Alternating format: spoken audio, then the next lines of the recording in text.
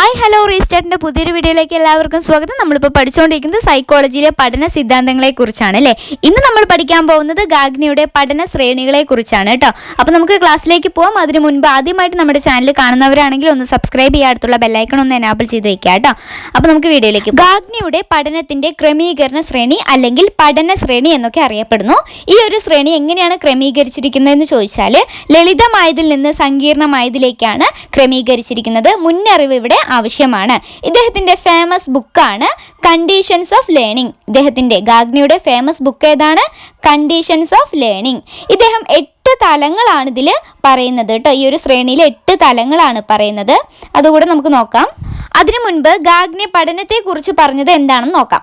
നമ്മുടെ കഴിവിലും ചിന്താഗതിയിലും ഉണ്ടാവുന്ന മാറ്റമാണ് പഠനം. നമ്മുടെ കഴിവിലും ചിന്താഗതിയിലും ഉണ്ടാവുന്ന മാറ്റമാണ് പഠനം. ഇതിനെ നമുക്ക് നിലനിർത്താൻ സാധിക്കും. വളർച്ചയുടെ പ്രക്രിയയ്ക്ക് മാത്രമായ ഒന്നല്ല എന്ത് പഠനം. വളർച്ചയുടെ പ്രക്രിയയ്ക്ക് മാത്രമായ ഒന്നല്ല പഠനം. ഇതിനെ നമുക്ക് നിലനിർത്താൻ കഴിയും. അതുപോലെ തന്നെ നമ്മുടെ കഴിവിലും ചിന്താഗതിയിലും ഉണ്ടാകുന്ന മാറ്റമാണ് എന്ത് പഠനം എന്നാണ് ഗാഗ്നി പഠനത്തെക്കുറിച്ച് പറയുന്നത്. ഓക്കെ, ഇനി നമുക്ക് പഠന ശ്രേണികളെ കുറിച്ച് പഠിക്കാം. 8 തലങ്ങളാണ്. ഇത് ഓർഡറിൽ തന്നെ പഠിച്ചോളൂ കേട്ടോ. ഇത് ലളിതമായതിൽ നിന്നും സങ്കീർണമായതിലേക്കാണ് ക്രമീകരിച്ചിട്ടുള്ളത്. നമുക്ക് നോക്കാം. സൂചനാ പഠനം അല്ലെങ്കിൽ സംജ്ഞാ പഠനം, പ്രതികരണ പഠനം, ശ്രേണി പഠനം, വചന സഹചരത്വം, ബഹുമുഖ വിവേചനം, സംപ്രത്യയ പഠനം, തത്വപഠനം, പ്രശ്നപരിഹരണം. ഏതൊക്കെയാണ്? സൂചനാ പഠനം അല്ലെങ്കിൽ സംജ്ഞാ പഠനം, പ്രതികരണ പഠനം, ശ്രേണി പഠനം, വചന സഹചരത്വം, ബഹുമുഖ വിവേചനം, സംപ്രത്യയ പഠനം, തത്വപഠനം, പ്രശ്നപരിഹരണം. ഈ ഒരു 8 തലങ്ങളെ നമ്മൾ 2ആയി തരംതിരിക്കുന്നുണ്ട്.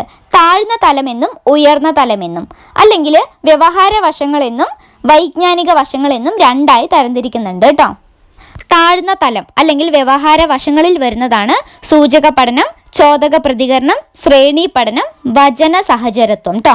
ഉയർന്ന തലം അല്ലെങ്കിൽ വൈജ്ഞാനിക വശങ്ങളിൽ വരുന്നതാണ് പ്രശ്നപരിഹരണം, തത്വപഠനം, സംപ്രത്യയ പഠനം, ബഹുമുഖ പഠനം. ഓക്കെ, ഇനി നമുക്ക് ഈ 8 തലങ്ങളും ഓരോന്നായിട്ട് നോക്കാം. ഫസ്റ്റ് വൺ സൂചനാ പഠനം അല്ലെങ്കിൽ സംജ്ഞാ പഠനം അല്ലേ. ശിശുവിൻ്റെ ആദ്യ പഠനം കേവലം അടയാളങ്ങളെ ആസ്പദമാക്കിയുള്ളതാണ് എന്നാണ് സൂചനാ പഠനത്തിൽ പറയുന്നത്. പൗരാണിക അനുബന്ധ സിദ്ധാന്തമായി ബന്ധപ്പെട്ടിരിക്കുന്നു. പാവ്ലോവിൻ്റെ പൗരാണിക അനുബന്ധ സിദ്ധാന്തവുമായി ബന്ധപ്പെട്ടിരിക്കുന്ന തലം ഏതാണെന്ന് ചോദിച്ചാൽ അത് സൂചനാ പഠനമാണ് കേട്ടോ. ചോദകത്തെ തിരിച്ചറിഞ്ഞ് വൈകാരികമായ പ്രതികരണം നടക്കുന്ന ഘട്ടമാണ് ഈ ഒരു സൂചനാ പഠനം. ചോദകത്തെ തിരിച്ചറിഞ്ഞ് വൈകാരികമായ പ്രതികരണം നടക്കുന്ന ഘട്ടമാണ് സൂചനാ പഠനം. ഞാനൊരു കാര്യം പറയാം. അമ്മയെ കാണുമ്പോൾ കുട്ടി ചിരിക്കുന്നത് ഏത് തലമാണ്? ഇത് ചോദിച്ചിട്ടുള്ളതാണ്. അമ്മയെ കാണുമ്പോൾ കുട്ടി ചിരിക്കുന്നത് ഏത് തലമാണ്?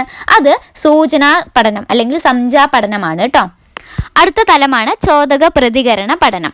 പ്രതികരണങ്ങൾ കൂടുതൽ സ്പഷ്ടവും സൂക്ഷ്മവും ആകുന്നു.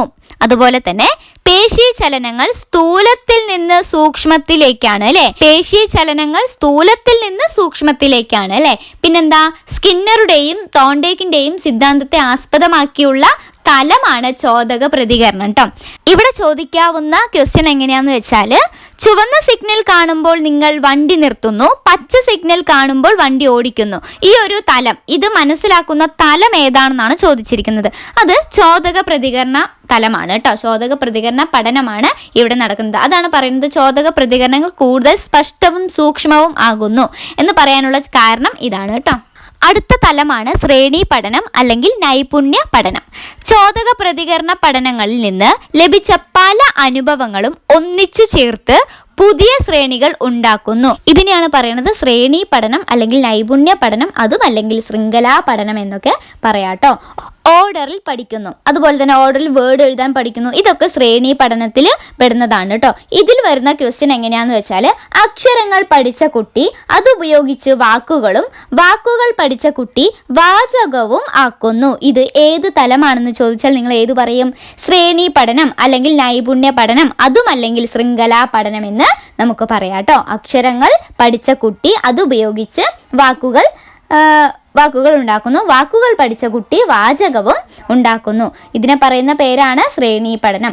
അപ്പോൾ ശ്രേണി പഠനം എന്ന് പറഞ്ഞാൽ പഠനങ്ങളിൽ നിന്ന് ലഭിച്ച പല അനുഭവങ്ങളും ഒന്നിച്ചു ചേർത്ത് പുതിയ ശ്രേണികൾ ഉണ്ടാക്കുന്നു. ഇതിനെയാണ് പറയുന്നത് ശ്രേണി പഠനം. ഓക്കെ ആണോ? ക്ലിയർ ആണോ? അടുത്തത് വചന സഹചരത്വം. എന്താണ് വചന സഹചരത്വം? കേൾക്കുമ്പോൾ പേടിയാവുന്നുണ്ട് അല്ലേ? പക്ഷെ പേടിക്കണ്ട. കുട്ടി ആശയത്തെ പൂർവാപര ബന്ധത്തോടെ പ്രകടിപ്പിക്കുന്ന പഠനമാണ് വചന സഹചരത്വം. ഇത് ചോദിച്ചിട്ടുള്ളതാണ്, ഇതേപോലെ തന്നെയാണ് ചോദിച്ചിട്ടുള്ളത്. കുട്ടി ആശയത്തെ പൂർവാപര ബന്ധത്തോടെ പ്രകടിപ്പിക്കുന്ന പഠനം ഏതാണ്? വചന സഹചരത്വമാണ് കേട്ടോ.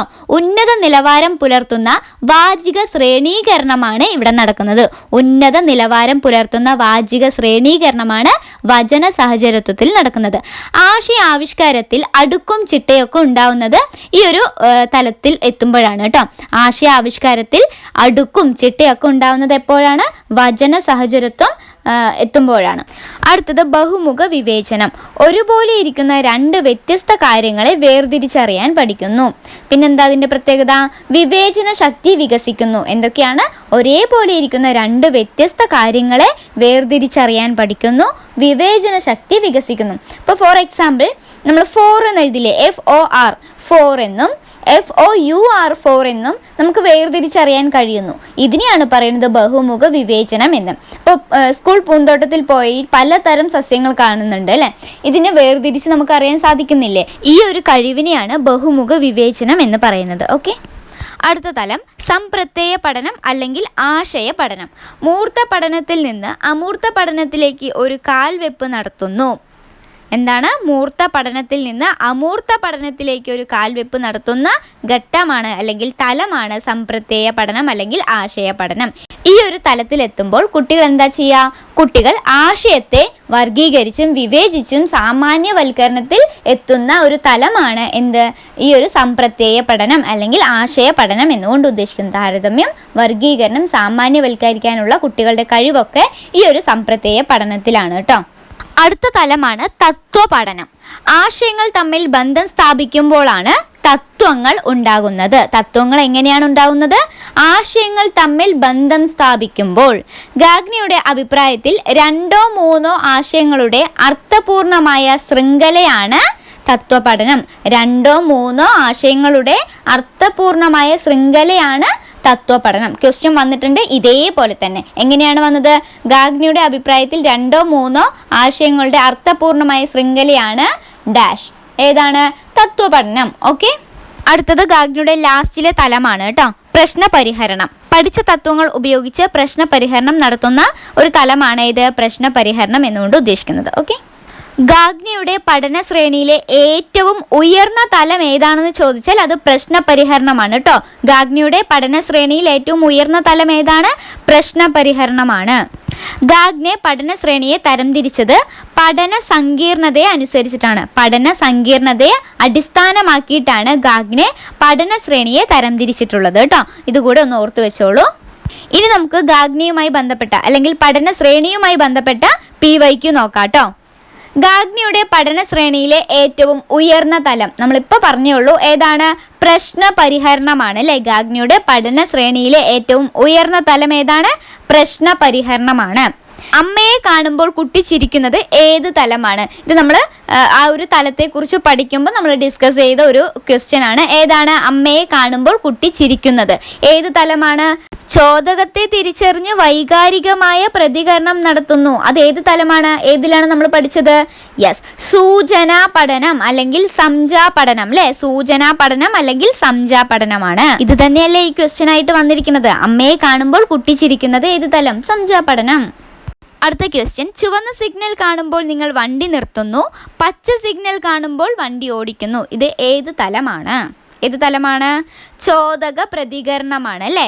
ചോദക പ്രതികരണ പഠനം അല്ലേ? പ്രതികരണങ്ങൾ കൂടുതൽ സ്പഷ്ടവും സൂക്ഷ്മവുമാകുന്നു. അതായത് പച്ച സിഗ്നൽ കാണുമ്പോൾ നമുക്ക് വണ്ടി ഓടിക്കണം എന്ന് നമുക്കറിയാം, ചുവന്ന സിഗ്നൽ കാണുമ്പോൾ വണ്ടി നിർത്തണം എന്ന് നമുക്കറിയാം. ആ ഒരു ബോധമാണ് ചോദക പ്രതികരണ പഠനം. ഓക്കെ.